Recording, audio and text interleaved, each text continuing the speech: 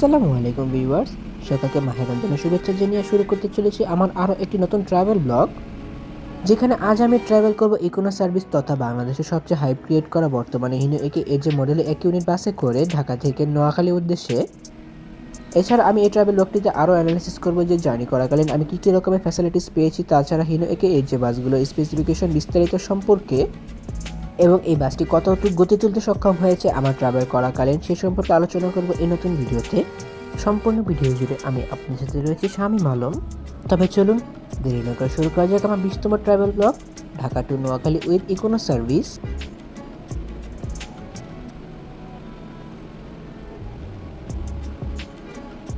তো ইকোনো সার্ভিসের এই হিনো একে এর যে বাসটিতে ট্রাভেল করার জন্য কিন্তু আমি অনেক আগ থেকেই বেশ আগ্রহ প্রকাশ করছিলাম, যার ফলে 26শে জানুয়ারি সকাল 6:30টায় আমি কাউন্টারে কল দিয়ে কিন্তু জেনে নিই যে ইকোনো সার্ভিস 5305 গাড়িটি কখন ঢাকা থেকে ছেড়ে যাবে নোয়াখালীর লক্ষ্মীপুরের উদ্দেশ্যে।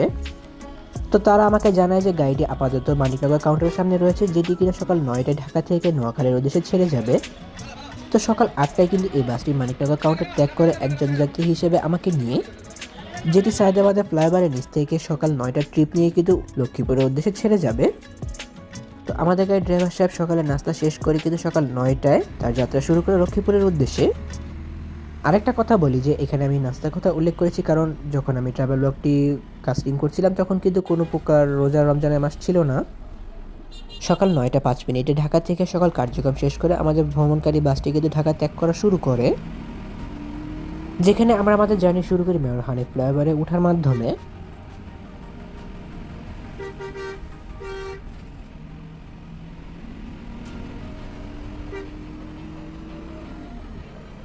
আমাদের ড্রাইভার সাহেব হিসেবে রয়েছেন আসাদ আঙ্কেল, যিনি কিনা ইকোনো সার্ভিসের অনেক আগ থেকে হিনো একে 1J মডেলের বাসগুলোর পাশাপাশি ফুসু মডেলের বাসগুলো চালিয়ে আসছেন।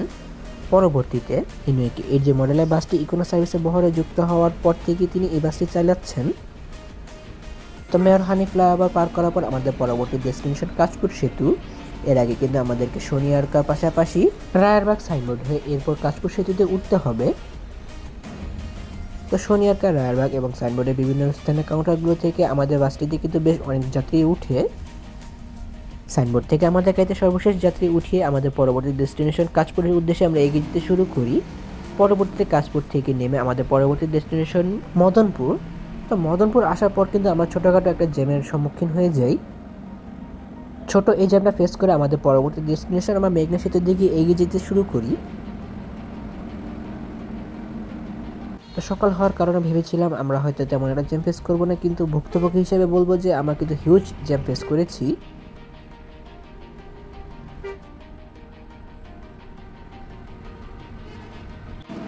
N1-এ আসবো আর ট্রাকের চাপ ফেস করবো না, এটা কীভাবে সম্ভব? তো লাঙ্গলবন পার করে আমরা আমাদের পরবর্তী ডেস্টিনেশন মেঘনা সেতুর দিকে খুব দ্রুত ক্রুজিং করতে শুরু করি।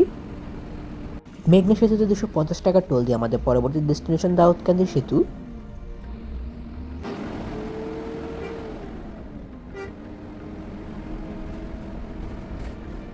আমাদের ভ্রমণকারী বাসটি মানে হিনো একে 1J মডেলের বাসটির পিক আপ অনেক ফাস্ট থাকার কারণে কিন্তু আমরা আমাদের রাস্তায় যে বাসগুলো ট্রাকগুলো রয়েছে তাদের থেকে অনেকটা এগিয়ে ছিলাম।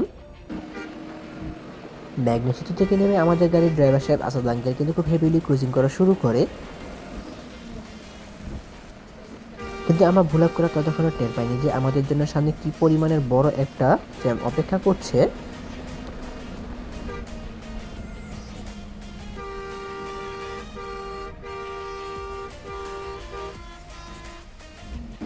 মেঘনার ভাটেরচর এলাকায় এসে কিন্তু আমরা একটা বিশাল জ্যামের দেখা পেয়ে যাই, যেখানে আমাদের গাড়ির ড্রাইভার সাহেব আসাদ আঙ্কেল জ্যামের মধ্যেও ভালো একটা ক্রুজিং করছেন। তো ভাটেরচরে মারাত্মক জ্যাম শেষ করে আমরা পরবর্তী ডেস্টিনেশন দাউদকান্দি সেতুর দিকে হেভিলি এগিয়ে যেতে শুরু করি। ততক্ষণে আমাদের ঘড়িতে কিন্তু প্রায় 11টারও বেশি বেজে গিয়েছে।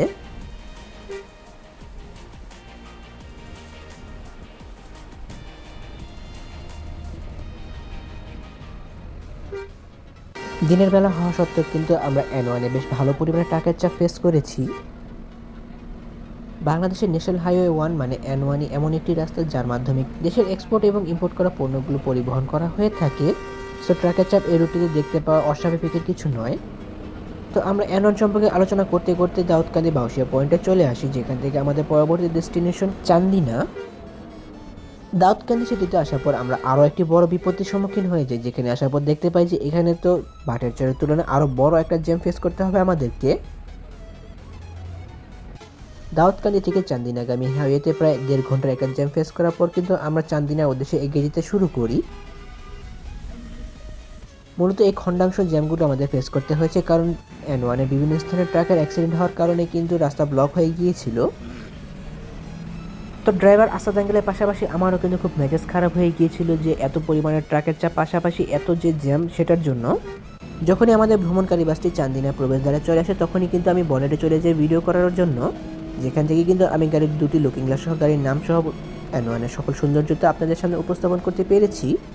চান্দিনা পার করার পর আমাদের কোনো বড় জ্যাম ফেস করতে হয়নি, যার ফলে কিন্তু আমাদের গাড়ির ড্রাইভার সাহেব আসাদ আঙ্কেল বেশ ভালো মানের একটা স্পিড নিয়ে এগিয়ে যেতে শুরু করে নোয়াখালীর উদ্দেশ্যে। দিনের বেলা হওয়ার কারণে কিন্তু চান্দিনা বাজারে আসার পর আমার ছোট্ট একটা জ্যাম ফেস করেছি। তবে চলুন N1-এর অসাধারণ সৌন্দর্যতার পাশাপাশি হিনো একে এজে মডেলের অরিজিনাল ইঞ্জিন সাউন্ড শুনে আসা যাক। যদি কেউ উপভোগ করতে না চান তবে স্কিপ করে সামনে চলে যেতে পারেন।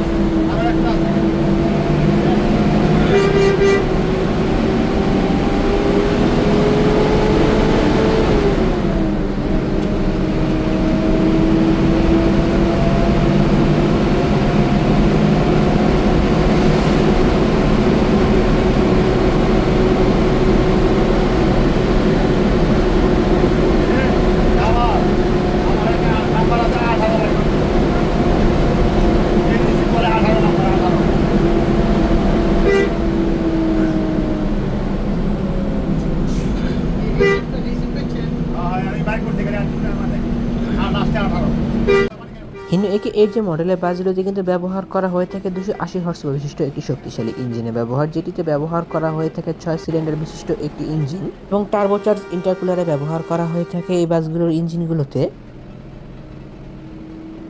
হিনো একে এর যে মডেলের চেসিসগুলোর ইঞ্জিনগুলোতে অনেকটাই চেঞ্জ আনা হয়েছে হিনো একে ওয়ান যে মডেলের বাসগুলোর তুলনায়। হিনো একে ওয়ান যে মডেলের বাসগুলোতে ম্যানুয়াল ফুয়েল পাম্পের ব্যবহার করা হলেও কিন্তু ইলেকট্রনিক ফুয়েল পাম্পের ব্যবহার করা হয়ে থাকে এর যে বাসগুলোতে, যার ফলে হিনো একে ওয়ান যে মডেলের বাসগুলোর তুলনায় হিনো একে এর যে মডেলের বাসগুলো অনেকটা দ্রুত শক্তি পায়। তবে চলুন এবার একটু দেখে আসা যাক কার শক্তি বেশি, হিনো একে এর যে নাকি হিনো একে ওয়ান যে মডেলের বাসের।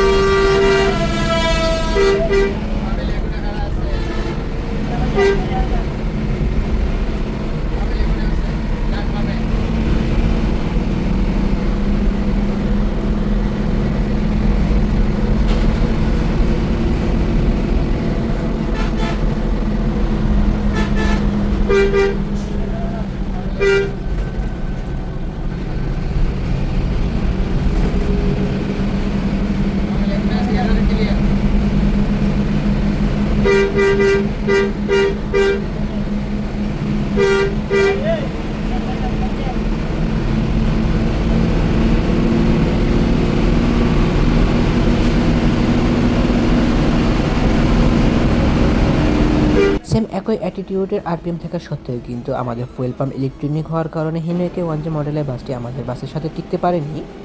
মূলত ইলেকট্রনিক ফুয়েল পাম্প খুব দ্রুত স্পিড তুলতে সাহায্য করে একটি বাসের ইঞ্জিনকে। ফল হিনো একে এইট জি এবং হিনো একে ওয়ান যে মডেলের বাসগুলো আরপিএম সেম হওয়া সত্ত্বেও কিন্তু শুধুমাত্র ফুয়েল পাম্পের কারণে হিনো একে ওয়ান যে মডেলের বাসগুলো হিনো একে এইট জি মডেলের বাসগুলোর তুলনায় অনেকটা পিছিয়ে থাকবে। আর অনেকে রয়েছেন যারা হিনো একে ওয়ান যে মডেলের বাসগুলোর ইঞ্জিন সাউন্ড অনেকটাই পছন্দ করে, ফলে অনেকে বলে উঠছে যে হিনো একে এইট জি মডেলের বাসগুলোতে হিনো একে ওয়ান যে মডেলের ইঞ্জিন সাউন্ডগুলো পাওয়া যাবে না। আর আমি এই সম্পর্কে বলতে গেলে বলবো এটি সম্পূর্ণ একটি ভুল কথা। 100+ স্পিডে যখন বাসটির আরপিএম 2500 থেকে 3000-এর মধ্যে থাকে তখনই কিন্তু হিনো একে ওয়ান যে মডেলের ইঞ্জিন সাউন্ডটিকে প্রপারলি পাওয়া যায়। ইঞ্জিন সাউন্ড ফলো করার সময় অনেকে খেয়াল করবেন যে এই বাসটি থেকে কিন্তু হিনো একে ওয়ান যে মডেলের ইঞ্জিন সাউন্ড পাওয়া যাচ্ছে। এবার হিনোয়েকে 1G এবং হিনোয়েকে 8G বাসগুলোর আলোচনা করতে করতে আমরা ভুলে গিয়েছিলাম আমরা এখন বর্তমানে অবস্থান করছি কুমিল্লাতে। যদি আপনারা কুমিল্লা আসার পর জায়গায় জায়গায় মিয়ামি এবং জায়গায় জায়গায় মাতৃবাজারের শোরুমগুলো দেখতে না পান তাহলে ভাববেন আপনারা কুমিল্লা না এসে অন্য কোনো এলাকায় চলে এসেছেন। কুমিল্লা আসার পর আমাদের ভ্রমণকারী বাসটি হোটেল রোডস্টার রেস্টুরেন্টে আমাদেরকে 20 মিনিটের হোটেল বিরতি দেয়। আর হোটেল রোডস্টার ইকোনো সার্ভিসের অঙ্গ প্রতিষ্ঠান হওয়ার কারণে কিন্তু ইকোনো সার্ভিসের সবগুলো বাসই এই হাইওয়ে রেস্টুরেন্টটিতে তাদের হোটেল বিরতি দিয়ে থাকে। যেহেতু হাইওয়ে রেস্টুরেন্টগুলো যাত্রীদের গলা কাটে, তো হোটেল রোডস্টার থেকে আমি কোনো কিছু না খেয়ে আমার জার্নি আবার শুরু করি লক্ষ্মীপুর মানে নোয়াখালীর উদ্দেশ্যে। 25 মিনিটের একটি হোটেল বিরতি শেষ করে আমাদের ভ্রমণকারী বাসটি আবার জার্নি শুরু করে লক্ষ্মীপুর মানে নোয়াখালীর উদ্দেশ্যে। আর সরি, ভুলবশত ফ্রন্ট ক্যামেরা অন হয়ে যাওয়ার কারণে কিন্তু আমি আমার চুলগুলোকে ঠিক করি, কারণ ছেলে হওয়া সত্ত্বে আমি যদি চুল দিয়ে ফ্লিক্স না মারি তাহলে কিন্তু এটা চলবেই না। বলতে গেলে একটা স্যাটিসফাইড জার্নি ছিল আমার হিনোয়েকে 8G বাসটিতে জার্নি করাকালীন। আর জয়েন অফ ইঞ্জিনিয়ারিং ওয়ার্কশপ এই হিনোয়েকে 8G মডেলের বাসটি বডি নির্মাণ করেছে, যেখানে আমি মনে করি যে খুব কম পরিমাণে কেবিনেস, বলতে গেলে কেবিনেস ছিলই না এই বাসটিতে জার্নি করাকালীন, যেটা আমার কাছে এই বাসটিতে জার্নি করার জন্য একটি প্লাস পয়েন্ট বলে মনে হয়েছে। কুমিল্লা পদুয়ার বাজার বিশ্ব রোড থেকে আমরা ইউটার্ন নিয়ে আমাদের জার্নি আবারও কন্টিনিউ করতে থাকি লাকসামের উদ্দেশ্যে, মানে আমাদের পরবর্তী ডেস্টিনেশন লাকসাম। ইউটার্ন নেওয়ার পর ঢাকা যাওয়ার পথে পদুয়ার বাজার বিশ্ব রোড থেকে হাতের বামে আসার পর কিন্তু আমার লাকসাম হাইওয়েতে উঠে পড়ি। আর পদুয়ার বাজার বিশ্ব রোড কুমিল্লা সিটি হওয়ার কারণে কিন্তু ছোটোখাটো জ্যাম ফেস করতে হবে, এটাই স্বাভাবিক। ও সরি, আরেকটা কথা বলতে ভুলে গিয়েছিলাম যে হোটেল রোডস্টারের যখন আমরা হোটেল বিরতি দিচ্ছিলাম তখন কিন্তু আমার সাথে দেখা হয়ে গিয়েছে এক বাসলাবার ছোটো ভাই কাজী মাহমুদ রাফিদের সাথে। সে আমার ও হিনোয়েকে 8G বাসটির জন্য অপেক্ষা করছিল হোটেল রোডস্টার রেস্টুরেন্টে। সে কিন্তু এই বাসটিতে টিকিট কেটে উঠেছিল, সো তাকে কিন্তু আমি আমার সিটিতে বসতে দিয়ে চালক সহকারীর আসনে বসে পড়ি, যেখান থেকে আমি ফুল একটা সুন্দর ভিউ উপভোগ করছি এবং আপনাদেরকে উপভোগ করাতে পারছি। লাকসাম থেকে সোনাইমুড়ির যে হাইওয়েটি রয়েছে সেটি কিন্তু আসলে অনেক সুন্দর, যাকে কিছুটা এক্সপ্রেস হাইওয়ের সাথে তুলনা করা যায়।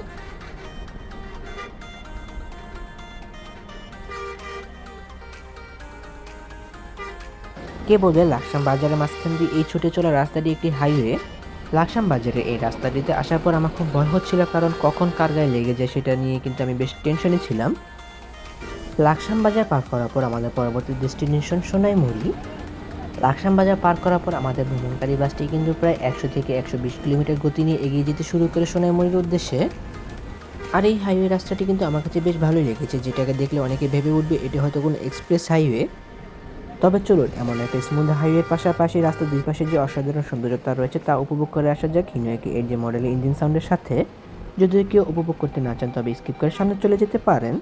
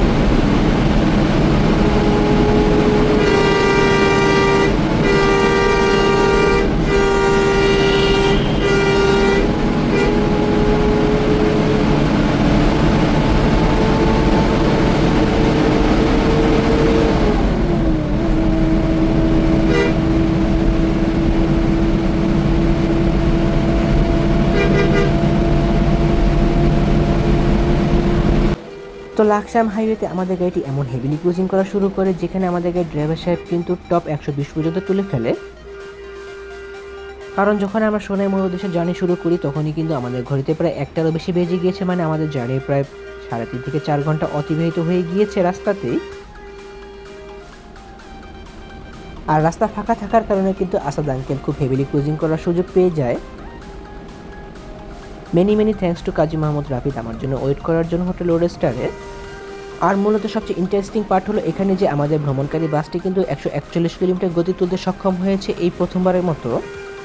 মানে ইকোনো সার্ভিসের এই বাসটি কিন্তু প্রথমবারের মতন 141 কিলোমিটার গতি তুলতে সক্ষম হয়েছে প্রথমবারের মতন।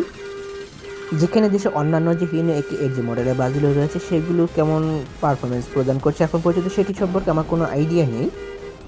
তবে হিনো একে ওয়ান যে মডেলের বাসগুলোর তুলনায় এই বাসগুলোর পারফরমেন্স আরও অনেকটা বেটার হবে বলে আমি মনে করি। 141 কিলোমিটার স্পিড তোলার পর আমাদের পরবর্তী ডেস্টিনেশন হয়ে পড়ে চৌমুহনী। ট্রাভেল ব্লগটাকে আর বেশি লেন্দি করবো না, কারণ এমনিতেই 15 মিনিট প্লাস হয়ে গিয়েছে এই ট্রাভেল ব্লগটি। চৌমুহনীতে পৌঁছানোর মাধ্যমে কিন্তু আমার এই বাসটির সাথে জার্নি সমাপ্ত হয়। বাংলা একটা প্রবাদ আছে যে পয়সা উসুল। আসলে হিনো একে এর যে মডেলের বাসটাতে জার্নি করে কিন্তু আমি 550 টাকা পয়সা উসুল করেছি বলে আমার মনে হয়েছে। সম্পূর্ণ রাস্তা জার্নি করাকালীন কিন্তু আমি এই বাসটিতে কোনো প্রকার কেবিন নয়েজ পাইনি, যার ফলে কিন্তু আমার কাছে বেশ ভালো লেগেছে এই বাসটিতে জার্নি করাকালীন। And finally I finished my journey with Hino AK এর যে বাস। দুপুর 1:55 আমাকে আমার ভ্রমণকারী বাসটি চৌমুহনী চৌরাস্তায় নামিয়ে দিয়ে তার পরবর্তী ডেস্টিনেশন লক্ষ্মীপুরের উদ্দেশ্যে ছুটে চলে যায়। আমি লক্ষ্মীপুর যাইনি, কারণ সারা এক্সপ্রেসের হিনো একে 1G মডেল এসি বাসে করে কিন্তু আমার একটি জার্নি ব্লগ কন্টিনিউ করার কথা ছিল, যেটি বিকেল 4:50 সোনাপুর কন্ট্রোল থেকে ঢাকার উদ্দেশ্যে ছেড়ে যাবে। জার্নিটিকে রেটিং দিতে হলে আমি 10-এর 10 দিব, কারণ ড্রাইভার, সুপারভাইজার এবং চালক সহকারী বেশ কোঅপারেটিভ ছিল। পাশাপাশি কোম্পানির যে কাউন্টার সার্ভিস রয়েছে সেটি কিন্তু অনেকটাই তৎপর। যেখানে আমি সকাল 6:30টায় ফোন দিয়ে যখন হিনোকে এর যে বাসটি সম্পর্কে জানতে চাই, তখনই কিন্তু তারা আমাকে সেই বিস্তারিত সম্পর্কে বলে দেয়। আর গাড়ি সম্পর্কে বলতে গেলে সময় পার হয়ে যাবে কিন্তু বলা শেষ হবে না।